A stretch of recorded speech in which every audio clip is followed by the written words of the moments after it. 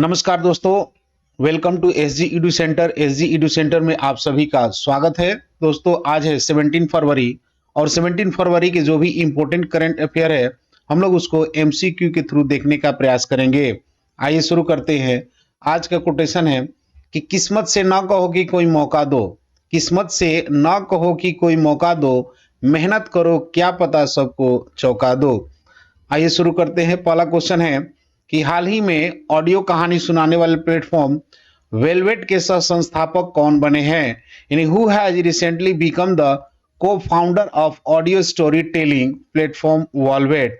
Option A Akshay Kumar, option B Pankaj Tripathi, option C Amitabh Bachchan और option D none of this. तो इसका सही आंसर होगा दोस्तों पंकज त्रिपाठी जो है वो ऑडियो कहानी सुनाने वाले प्लेटफॉर्म वेलवेट के सह संस्थापक बने हैं। दोस्तों, वेलवेट प्लेटफॉर्म को लॉन्च जो है अक्टूबर 2024 में किया गया था। यह जो है प्लेटफॉर्म जो है दोस्तों हिंदी कहानी सुनाने पर केंद्रित है, लेकिन अभी इसमें अंग्रेजी और क्षेत्रीय भाषाओं में विस्तार करने की योजना बना रही है। आइए देखते हैं और कुछ इसके एडिशनल इंफॉर्मेशन को कि वेलवेट एक ऑडियो स्टोरी टेलिंग प्लेटफॉर्म है जो मनोरंजन और कहानी सुनाने के अनुभव को एक नई ऊंचाई पर ले जाने का प्रयास कर रहा है। नेक्स्ट क्वेश्चन है कि हाल ही में राजस्थान में स्थित फॉय सागर झील का नाम बदलकर क्या रखा गया है? यानी recently the name of the Foy Sagar lake located in Rajasthan has been change to what? Option A Sur Sagar, option B Varun Sagar, option C Shiv Sagar और ऑप्शन डी गंगा सागर। तो इसका सही आंसर होगा दोस्तों वरुण सागर जो है फॉय सागर झील जो कि राजस्थान में स्थित है, इसका नाम बदल दिया गया है। दोस्तों, राजस्थान विधानसभा के अध्यक्ष वासुदेव देवनानी के सिफारिश पर अजमेर नगर निगम ने 132 वर्ष पुराना यानी 132 वर्ष जो पुराना ये जो फॉय सागर झील है, इसका नाम बदलकर आपको वरुण सागर कर दिया गया है। दोस्तों, इस झील का निर्माण जो है 1892 में फॉय नामक के अंग्रेजी इंजीनियर ने किया था। इसके चारों तरफ दोस्तों भगवान वरुण की प्रतिमा भी स्थापित की जाएगी।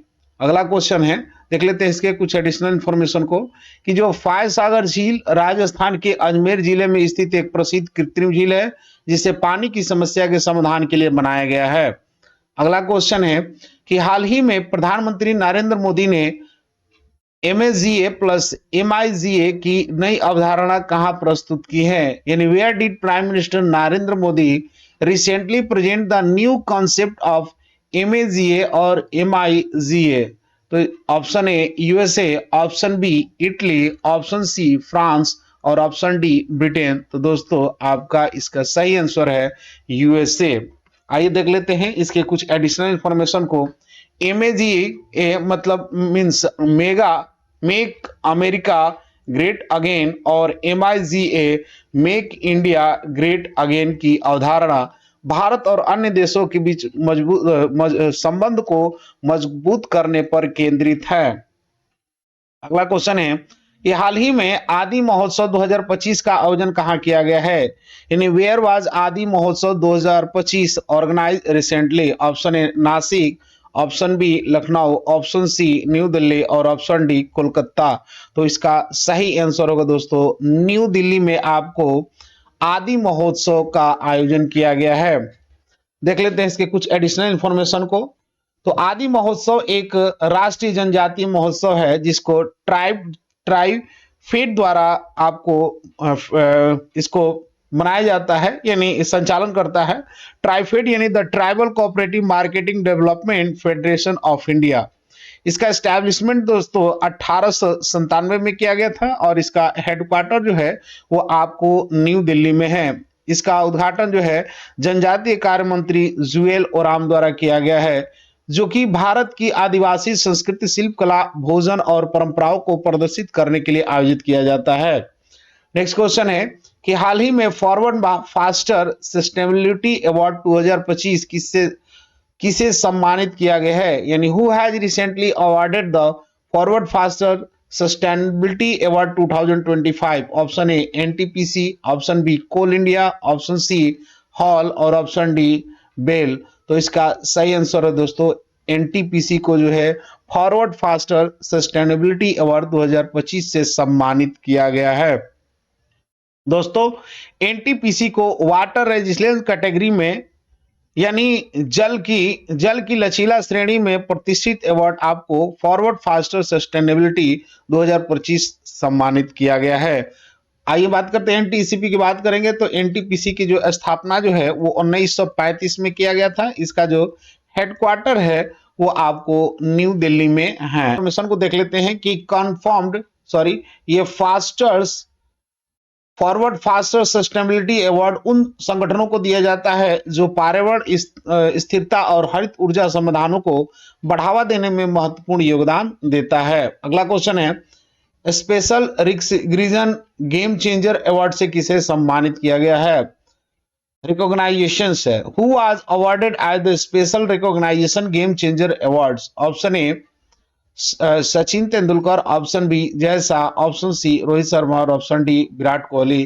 तो इसका सही आंसर होगा जय शाह को जो है special recognition game changer award से सम्मानित किया गया है। आइए देख लेते हैं इसके कुछ एडिशनल इंफॉर्मेशन को कि special recognition game changer award उस व्यक्ति को दिया जाता है जो खेल जगत में महत्वपूर्ण बदलाव लाने और उत्कृष्ट प्रदर्शन करने में योगदान दिया है। अगला क्वेश्चन है कि हाल ही में किस राज्य सरकार ने नील गाय यानी ब्लू काउ को मारने की अनुमति दी है? यानी which state government has recently given permission to kill nilgai यानी blue cow? Option A Maharashtra, option B Rajasthan, option C Haryana और option D none of this. तो इसका सही आंसर होगा दोस्तों राजस्थान गवर्नमेंट ने हाल ही में आपको नील गाय को मारने की अनुमति दी है। दोस्तों उसमें जो मेल है उन्हीं को मारा जाएगा। रीजन है कि ये जो है आपको फसल को बर्बाद करने या आपके लोगों को नुकसान पहुंचाने के दृष्टि से ध्यान में रखते हुए आपको ये लिया गया है निर्णय। नील गाय को कई राज्यों में किसान की फसलों को नुकसान पहुंचाने वाला माना जाता है, जिसके कारण कुछ सरकारें इसकी संख्या को नियंत्रित करने के लिए यह कदम उठाई है।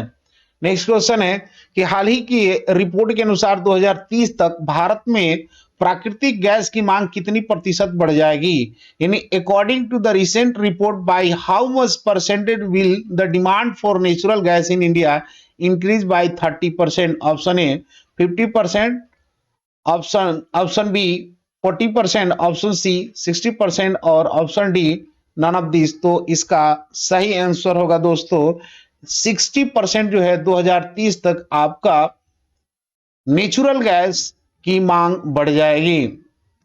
आइए देख लेते हैं इसके कुछ एडिशनल इंफॉर्मेशन को कि भारत सरकार ऊर्जा सुरक्षा और स्वच्छ ऊर्जा स्रोत को बढ़ावा देने के लिए प्राकृतिक गैस का उपयोग को प्रोत्साहित कर रही है। इससे इसकी मांग में वृद्धि हो रही है।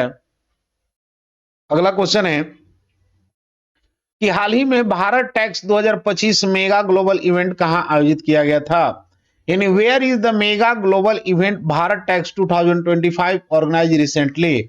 Option A New Delhi, option B Kolkata, option C Visakhapatnam और option D none of this. तो इसका सही आंसर होगा दोस्तों न्यू दिल्ली में आपको Bharat Tex 2025 mega global event का आयोजन किया गया। आइए देख लेते हैं इसके कुछ एडिशनल इंफॉर्मेशन को कि भारत टैक्स 2025 एक विशाल वैश्विक वस्त्र आयोजन हाल ही में ही 14 से 17 फरवरी 2025 को नई दिल्ली के भारत मंडप में आयोजित किया गया था।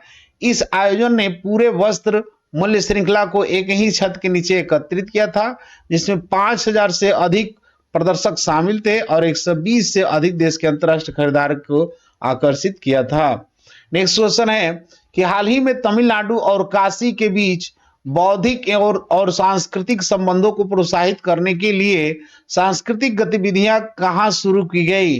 यानी where have the cultural activity been started recently to encourage intellectual and cultural ties between Tamil Nadu and Kashi? तो option A Chennai, option B Varanasi, option C new Delhi और option D none of these. तो इसका सही आंसर होगा दोस्तों वाराणसी में जो है तमिलनाडु और काशी के बीच बौद्धिक और सांस्कृतिक संबंध को प्रोत्साहित करने के लिए सांस्कृतिक गतिविधियां की गई थी।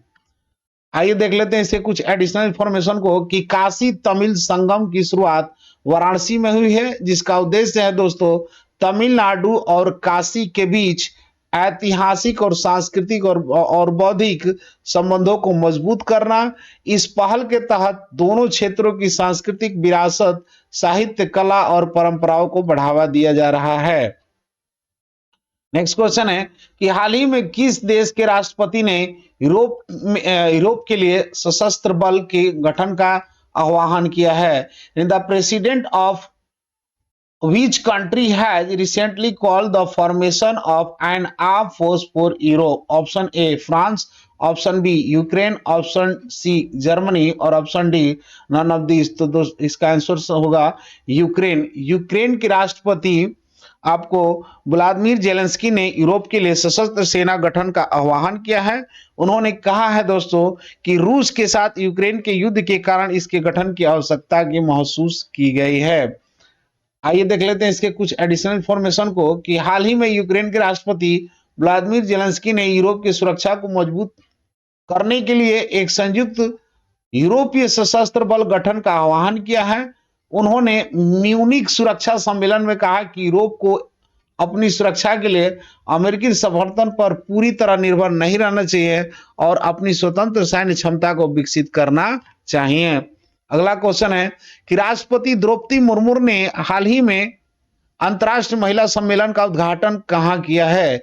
यानी where did the president Droupadi Murmu recently inaugurate the international women conference? Option A Bengaluru, option B Calcutta, option C new Delhi और option D none of this. तो इसका सही आंसर होगा दोस्तों बेंगलुरु में आप राष्ट्रपति द्रौपदी मुर्मू ने अंतर्राष्ट्रीय महिला सम्मेलन का उद्घाटन किया है। दोस्तों ये जो अंतर्राष्ट्रीय महिला सम्मेलन जो है इस बार का 10वां था।